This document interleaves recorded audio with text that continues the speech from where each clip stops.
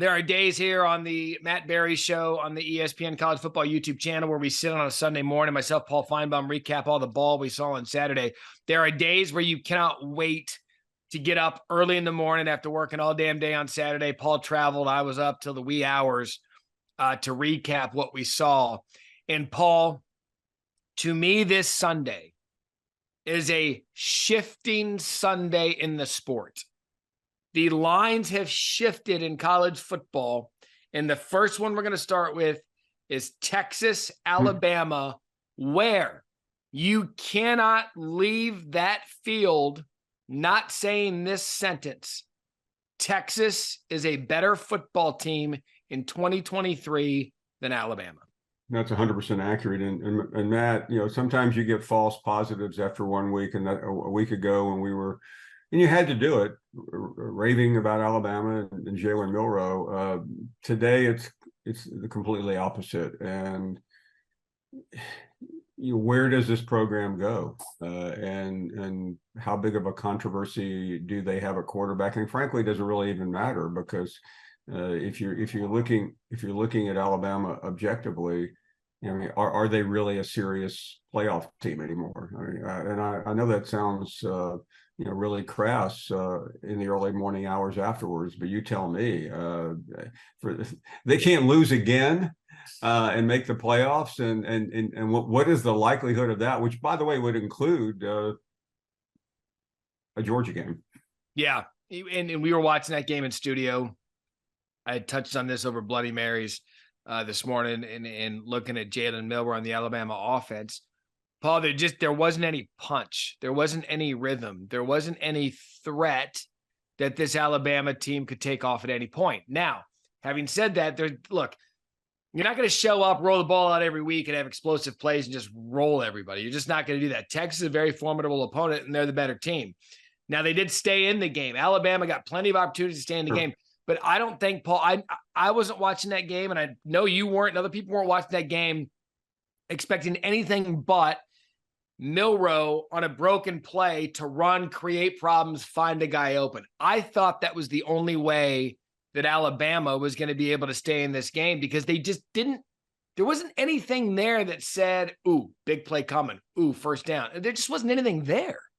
No, and what was particularly interesting is that Texas had a chance to really put some distance early in the game. They couldn't do it. And you kept, every time they did not get a touchdown, you kept saying, you better mark that. Yeah. And you saw what happened. Alabama, after, in spite of all these things that we have said and will be said, still came back, took the lead, and then they did it to themselves. And that's probably the most frustrating thing if you're an Alabama fan today. I think it was only 10 penalties versus 17 last year, but two took 7 points off the board. And it's just, how many times have I heard and you heard me, hey, you got to take a look at this offensive line from Alabama. They're the biggest, they're the heaviest, they're the greatest, and they got beaten to a pulp. So what does that portend for the rest of the season? Well, and there it is, because look, we're TV people, radio people. We go for the sex appeal. Sex appeal is always offense, and we knew that coming in. We'll get to Quinn Ewers on that side of the ball in a minute. But it was the Texas defense for me, because you're right. Every single year, Alabama trots out an offensive line that's always up for the Joe Moore Award, which is given to the best offensive line in the country. They always have a receiver room that includes 2 first-round picks. They got a quarterback that's always going to be drafted in the top 15, and they got a running back that's going to make you pay. And we wondered, after 2 consecutive years of not making it into the college football playoff, what Alabama could do to stop that run of no playoff success. When you look now at the schedule, unless Buckner gets in there or Ty Simpson gets in there and they continue to make a package for Jalen Milroe, unless something over the next few weeks flips, do you see this Alabama team getting out of their schedule without losing another game? No, and I'll make it easy for those non-Bama fans in the audience. A couple weeks from now, Ole Miss comes in. That's an explosive team with a dynamic quarterback. Then you go to Texas A&M, and we'll get to it in a minute. But you can read whatever you want into A&M losing, but in Kyle Field, it's a different story. And by the way, I haven't mentioned the better teams on the schedule. We're talking about Tennessee, LSU, which I expect to bounce back.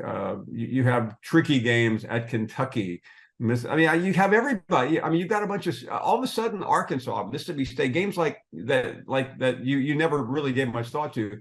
You have to say they're in play now. And Matt, I just think Nick Saban has a real challenge to hold this group together. How do you figure out the quarterback situation?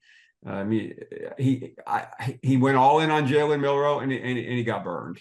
Because you had to think there was a moment late in that game that Buckner could have come in and maybe made a big play.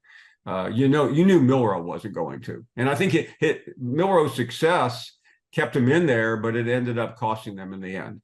Yeah, and at the end of the day, it's kind of funny because the SEC wins either way. What better, I don't know, billboard could you have for "I told you so" than Texas, who's coming to the conference next year? It's going to be the highest rated game of the day. They come out. People are like, oh, Texas and Oklahoma. Can Texas really hang in the SEC? Well, yeah. And if that's the game that Sark is like, watch what we have going. Because now, I said this on Sunday Bloody Sunday, Quinn Ewers is a perfect quarterback recruit coming to South Lake Carroll. He was one of the highest rated recruits ever. Starts at Ohio State, comes back to Texas. But now what Sark has, he's got Arch Manning waiting in the wings. He's got all of these things that you need to be a dominant program in the SEC for years to come. Last night, I think, was merely an appetizer of where this thing is headed because they did so in impressive fashion. Every time Alabama got back in the game, Quinn, A.D. Mitchell, and that offense came down and answered, and you're like, well, wait a second. This is different. This team isn't scared of Alabama on the road, and they're not going anywhere. Don't forget where A.D. Mitchell was playing last year, Georgia. Yeah. And you're right, Matt. And I mean, it was an amazing day in atmosphere. I mean, everybody. I mean, obviously you saw, but even on Friday night in Tuscaloosa, no matter where you went, there was the governor, there was celebrities, there were officials, and there were also every big time recruit in the country. So I mean, that's the game you want to. I mean, if you're the number one player wherever, you're going to be in Tuscaloosa on Saturday night. And if you're the number one whatever and you're watching that game, which side do you want to play for? Yeah, because now you've got the uptick Texas. Sark's got him believing. Nick Saban, year 17. Mm-hmm. And I mean, if you were buying stock in one of these, who would you buy stock in? And I made a vow this morning, like, don't get hung up on overreaches, but so I'll just share with you what I'm hearing from my friends in Tuscaloosa and Birmingham who have been around a long time, who watch this, and some are saying this reminds me. I'm quoting them now of 41 years ago. And Matt, I hate going back 41 years, especially to a guy that I'm not even sure is 40 years old. But that was 1982. In 1982 was Bear Bryant's last year, and they were number 2 in the country, and then they made it to the middle of the season before it fell apart. This is the second week, and it feels. I mean, let's quit trying to decide whether the dynasty's over or not. Let's try to talk about this era and where that is, and it's starting to feel tenuous, and there's nothing Nick Saban can do about that. Last night was not going to change the season other than to, prop Alabama up. But by losing to Texas, it puts Alabama at the very far end of the ledge with no room for error. And it's hard to imagine, as we started this conversation, that they can be flawless the rest of the season. I mean, I don't know. I mean, their fans can make a case for it, but I'd love to know with what rationale or reason. Yeah, and here's I think we probably know this for certain. We're accustomed to Alabama, even against SEC foes, coming out there and just beating the hell out of them. I don't know that in these games this year that Alabama's not going to be in a tight one for all 4 quarters. And how those look, close games, they're a coin flip. And what side Alabama's going to be on at the end of that coin flip remains to be seen. But look, I'm not going to get on here on Sunday morning and fall victim to hyperbole and say this was a change into the guard. I'll just say, and when we were watching with Dan Mullen and Joey, even Mullen said it. He's like, you know what? And Sark called a brilliant game early and often, because Dan Mullen pointed out, it's why I love watching games with the former head coach who was just in the game. when early on, when Sark and they were calling these screens out of the backfield and getting those running backs out, it was a 4-yard pass, turning an 8-9 yard gain. He looked at me and he goes, Nick Saban hates that kind of stuff, especially when he doesn't have the speed at safety or linebacker to go get those running backs. And he said, they don't have the speed at those positions right now to come get those guys. And that says a lot. Yeah, and Matt, to the bigger picture, when I heard somebody say today, this was now the third time Nick Saban has lost to a former assistant, it's starting to become normal. We went all those years when not only was he beating assistants, he was averaging about 20-point margin, and now in 2 games into the third season of this set of he lost to Jimbo 2 years ago. He lost to he obviously lost to Kirby Smart, and now he's lost this game. And it won't be the last time he loses to a former assistant. And I think if you're Nick Saban this morning, you're trying to correct the problems, but you're also beginning to wonder how much damage could I be doing to my legacy? And I realize that sounds like an overreach and that sounds hyper, but it's really not, though. These things collapse very quickly, Matt. And fans need hope.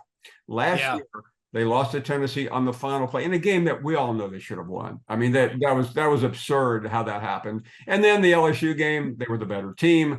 They let it slip away in overtime. And even though Alabama almost lost 3 other games, including Texas, the fans hung their hat on, and Saban did too when he campaigned for the playoffs. We lost 2 games on the final play. We are, what are we, September 10th? Yeah. That's already been taken out of his repertoire. He lost by 10 points at home, and it should have been 20. First double-digit loss as a head coach at home since 2003. And here, you want something symbolic of the loss. They didn't get beat with a big touchdown at the end of the game. They didn't get beat with Texas sacking Jalen Milroe. They ended the game. It was cemented in victory for Texas with a player for Alabama jumping offsides. Yeah. That's how the game was won. And if you're talking about end of an era or maybe the end of the legacy for Nick Saban there in Tuscaloosa, he does do commercials with a pretty popular head coach right now. I mean, is Tuscaloosa ready for prime? Oh, that's ridiculous. I had a colleague ask me today, and this is where we are on the morning after. Who do you think the top 3 candidates would be if, quote unquote, Nick Saban retired? And I don't know if prime is on that list or not, but why not? Well, are you kidding me? If I were now we're going to spin off into a tangent here, but that's what we do here on the YouTube channel. If I were a program of top 10 power, right? If I'm one of the most powerful programs in the country, and for whatever reason, a coaching switch is in the cards, Paul, Deion Sanders is my number 1 call, and I'm not even thinking twice about it.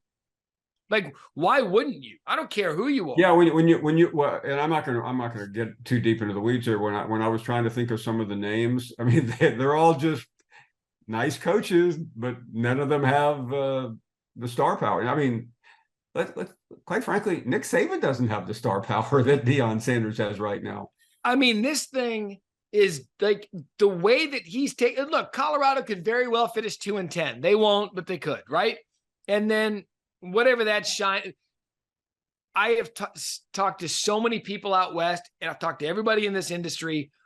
What Deion has done is he has surrounded himself with a staff that is really, really good at football. His offensive coordinator, Sean Lewis, is going to get a job somewhere at some point. All he's done, Paul, is bring in talent, make everybody believe, roll out a football and win, and I am convinced of it. I'll say 2 things. 1, if a big-time job comes open tomorrow, Deion Sanders will be the number 1 candidate.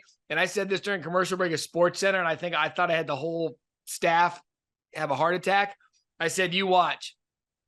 NFL jobs are going to start being rumored to Deion, and don't think for a second Jerry Jones wouldn't love the splash of a Deion Sanders in his program with the Cowboys.